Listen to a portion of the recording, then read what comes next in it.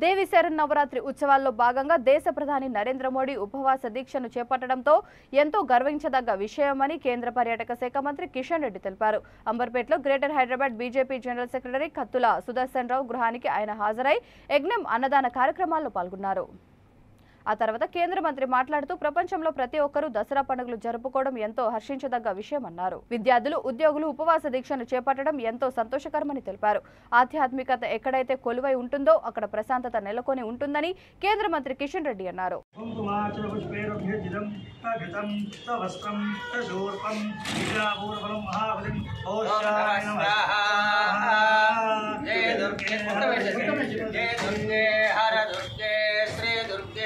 जय बोलो दुर्गा माता की, जय बोलो नवचंडी माता की, जय बोलो चंडी माता की,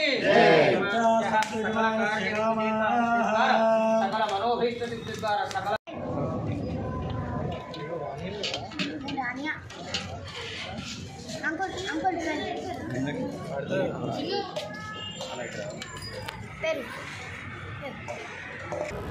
ఉన్నటువంటి హిందువులందరూ కూడా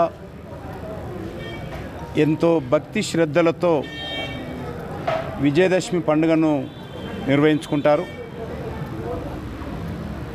మన దేశంలోనే కాకుండా అనేక దేశాలలో ఉన్నటువంటి హిందువులందరూ కూడా ఈరోజు రావణ దహనం చేయడము, మరి అదేవిధంగా అమ్మవారి పూజ చేయడము, నవరాత్రులు ఎంతో భక్తి శ్రద్ధలతో ఉపవాస దీక్ష చేయడము.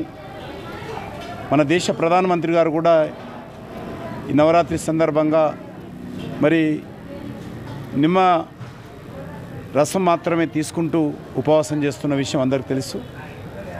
ఆ రకంగా కోట్లాది మంది ప్రజలు కూడా ఉపవాసం చేస్తారు. ఈ సందర్భంగా దేశంలో ఈ సంవత్సరం మరింతగా ముఖ్యంగా దేశంలో ఉన్నటువంటి యువత, విద్యార్థులు, అమ్మాయిలు పెద్ద ఎత్తున ఈ నవరాత్రుల సందర్భంగా మరి దీక్ష తీసుకున్న విషయము చాలా మంచి పరిణామం.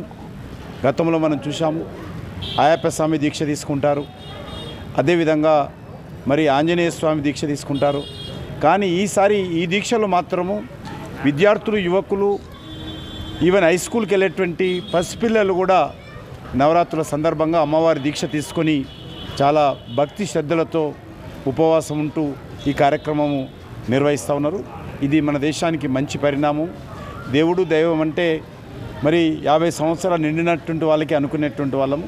కానీ మన దేశ ఆధ్యాత్మికమైనటువంటి భావన పసిపిల్లల నుంచి మొదలు పెడితే పెద్దవాళ్ళ వరకు కూడా ఈరోజు మరి పెంపొందుతున్నటువంటి విషయము చాలా మంచి పరిణామం మన దేశానికి. ఎక్కడైతే ఆధ్యాత్మికమైనటువంటి భావన ఉంటుందో అక్కడ క్రమశిక్షణ ఉంటుంది. ఎక్కడైతే ఆధ్యాత్మిక భావన ఉంటుందో ఆ ఇంట్లో అందరూ కూడా కలిసిమెలిసి ఉంటారు, ఆ బస్తీలు కలిసిమెలిసి ఉంటాయి. మరి అక్కడ అన్ని రకాలుగా సుఖ సంతోషాలతో ఉంటాయి. కాబట్టి ఆ రకంగా ఈ నవరాత్రులు విజయదశమి సందర్భంగా మరి ఆ దిశలో మనం మరింత ముందుకెళ్లాలని అన్ని వర్గాల ప్రజలకు మరి హృదయపూర్వకమైనటువంటి ఈ యొక్క విజయదశమి పండుగ శుభాకాంక్షలు తెలియజేస్తా ఉన్నాను.